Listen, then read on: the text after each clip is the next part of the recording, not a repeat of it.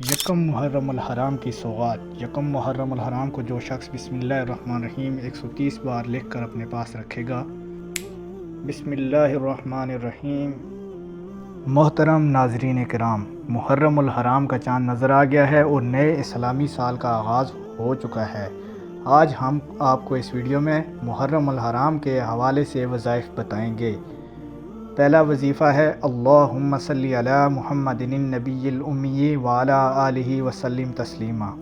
جو شخص روزانہ اس درود پاک کو یکم محرم سے لے کر 10 محرم تک 7 مرتبہ پڑھ کے اپنے اوپر دم کر لے گا اور اپنے گھر کے چاروں کونوں پہ پانی دم کر کے پھینک دے گا تو انشاءاللہ تعالی اس کو رب کی طرف سے رزق، مال و جان میں اضافہ اور رب کی تعالیٰ کی عنایت کی وجہ سے اس کے رزق میں بے پناہ اضافہ ہوگا۔ بسم اللہ الرحمن الرحیم 130 مرتبہ جو شخص یہ اپنے پاس لکھ کر یا کسی سے لکھوا کر رکھ لے گا، یا جو بہن سونے چاندی کی ڈبیا میں اس تعویذ کو پہن لے گی تو انشاءاللہ تعالی عمر بھر اس کے رزق اور مال و جان میں حفاظت ہوگی۔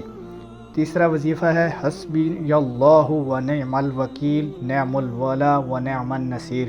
جو شخص یکم محرم الحرام کو مغرب کی نماز کے بعد 7 مرتبہ اول آخر 11 مرتبہ درود شریف کے ساتھ یہ وظیفہ پڑھ کے اپنے اوپر دم کرے گا اور یا پھر دعا کرے گا تو اللہ تعالیٰ اس کے لیے رزق کے اسباب پیدا کرے گا، کیونکہ محرم الحرام کا مہینہ ہے۔ اس میں امام علیہ السلام امام حسین علیہ السلام کی شہادت کا دن ہے، تو آپ ان کی روح کو احسال کر کے ان کا وسیلہ پیش کر کے رب کے حضور دعا کریں گے، آپ کی ہر دعا ہر حاجت قبول ہوگی۔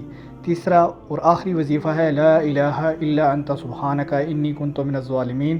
جو شخص یہ وظیفہ محرم الحرام کے پہلے 3 ایام میں اول آخر 5 مرتبہ درود شریف کے ساتھ یہ ذکر کرے گا، انشاءاللہ تعالی اس کی ہر دعا ہر حاجت قبول ہوگی۔ اگر آپ کی نوکری میں یا کسی کاروبار میں بندش ہو رہی ہے تو اس وظیفے پہ لازمی عمل کریں۔